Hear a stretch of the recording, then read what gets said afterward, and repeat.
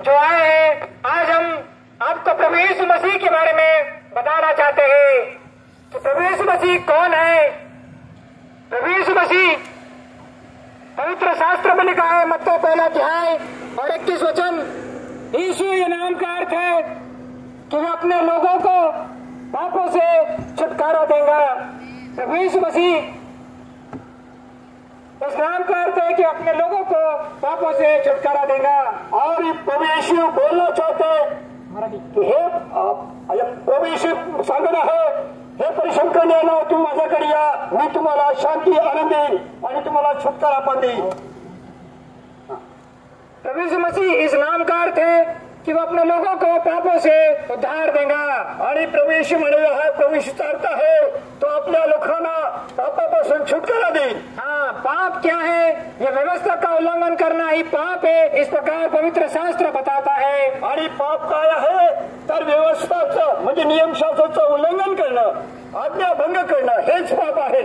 पहला आदम और हवा ने परमेश्वर के विरुद्ध में पाप किया और आज्ञा का उल्लंघन किया और सारे मानव जाति में एक मनुष्य के द्वारा पाप का प्रवेश हुआ। आदम आणि हवाने पहिल्यांदाच आपल्या प्रभूची आज्ञा मोडली आणि आपण पाहतो त्यांच्याद्वारे साऱ्या जगावर पाप पसरलं।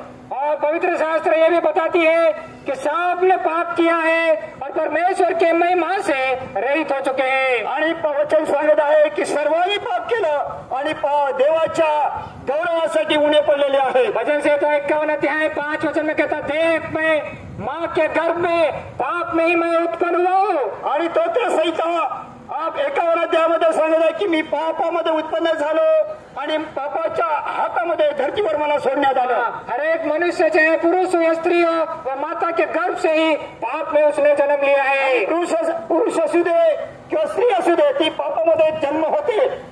और पाप की मजदूरी जानते हो आप कि बाइबल बताती है पाप की मजदूरी तो सनातन मृत्यू है। आणि पापाचं वेतन काय आहे म्हटलं तर पापाचं वेतन मरण आहे आणि अनंत काळाचं मरण आहे। और ये सनातन मृत्यू जो है बहुत ही भयानक मृत्यू है प्रिय भाई बहनों। आणि ह्या भयानक मृत्यू आहे आणि हे अनंत काळाचं मृत्यू आहे। और इस सनातन मृत्यू में परमेश्वर की इच्छा है कि कोई भी न जाना। आणि परमेश्वर देव प्रभू यीशु मसीह म्हणलेला आहे की ह्याच्यामध्ये कोणी जाऊ नये या मृत्यूमध्ये।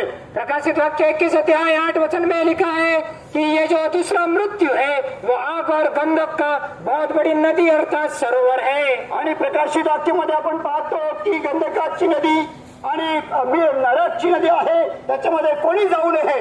और ये दूसरा मृत्यु से बचाने के लिए प्रभु यीशु मसीह स्वर्ग छोड़कर पृथ्वी पर आए और उसने कलवरी क्रूस का मृत्यू को भी अपना लिया।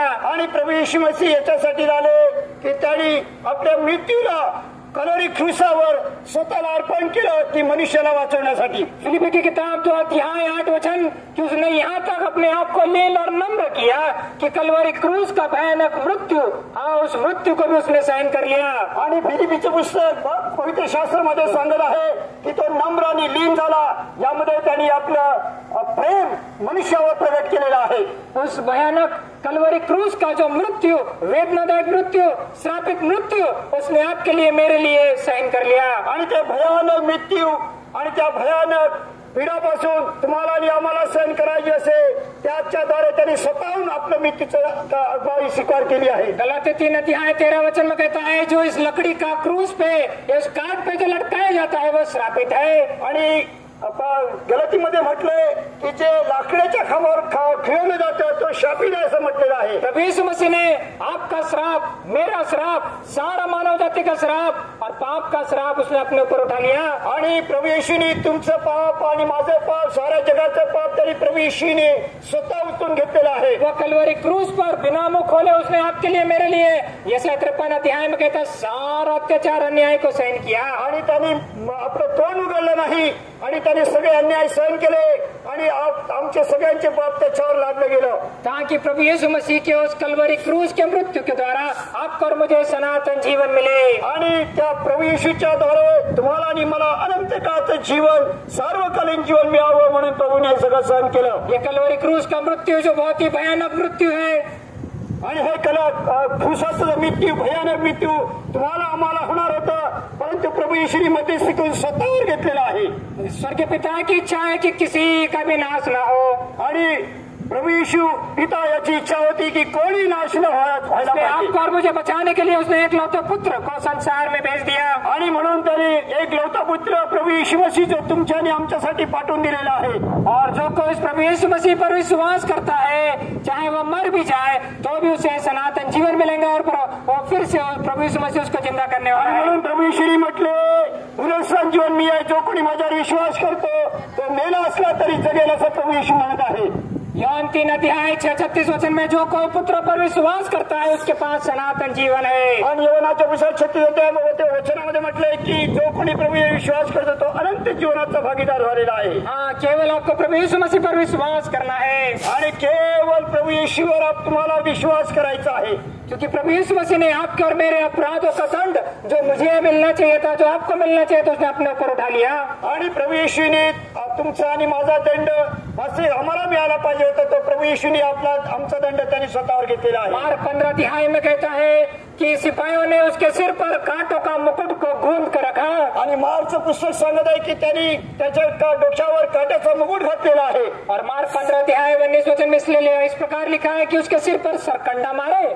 आणि मार्क 15 वचनामध्ये म्हटलं की त्याच्या डोक्यावर काट्यात बेताने मारलेला आहे. ये सरकंडा बोले तो बहुत मोटा लकड़ी का डंडा सिपाही लोगों ने प्रभु यीशु मसीह के सिर पर मारा. आणि ही बेताच्या काठीने त्याला जोर जोराने त्याला तुमच्या आणि आमच्यासाठी त्याच्या डोक्यावर मारण्यात आलेला आहे. पर प्रभु यीशु मसीह ने बिना मुंह खोले आपके और मेरे अपराधों के कारण और उस प्यार और मोहब्बत के कारण सब कुछ सहन कर लिया. आणि म्हणून प्रभु येशूने तुमच्या आणि आमच्यासाठी जो अगापे प्रेम प्रभु यीशु या ठिकाणी तुमचं आणि आमच्यासाठी प्रेम प्रगट करत आहे. जब सिपाही लोगों ने मारा होगा तो वो कांटे प्रभु यीशु मसीह के सिर में अंदर घुस गए होंगे. आणि जेव्हा प्रभु येशूला मारत होते तेव्हा खरोखर ते काटे प्रभूच्या डोक्यामध्ये शिरले असतील. और लहू की धार बहने लगी. आणि रक्ताची धारा वाहिली. और ये लहू के धार के द्वारा आपके और मेरा अपराधों को क्षमा मिली है. आणि त्या रक्ताच्या द्वारे तुमच्या आणि माझ्या अपराधाची क्षमा मिळालेली आहे. मार्क 15 अध्याय में इस प्रकार भी लिखा है कि उसके मुंह पर थूके.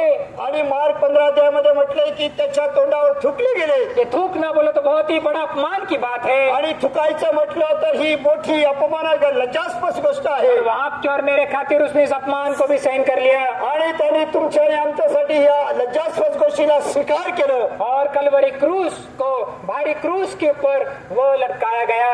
आणि त्या भारी वेदनाच्या क्रूसावर त्या रोमी सरकारने प्रभु येशूला तुमच्या आणि आमच्यासाठी लटकावण्यात आलेला हाथ और पैर को खिले से ठोक दिए आणि हातापात त्याच्या खीळ ठोकण्यात आले. परंतु उसने बिना मुंह खोले सब कुछ सहन किया. आणि त्यांनी बिना तोंड उघडता त्यांनी सर्व काही तुमच्यासाठी सहन केलेलं आहे. उसने कभी भी उफ बहुत दर्द दे रहा है मत मारो आणि कभी नहीं बोला.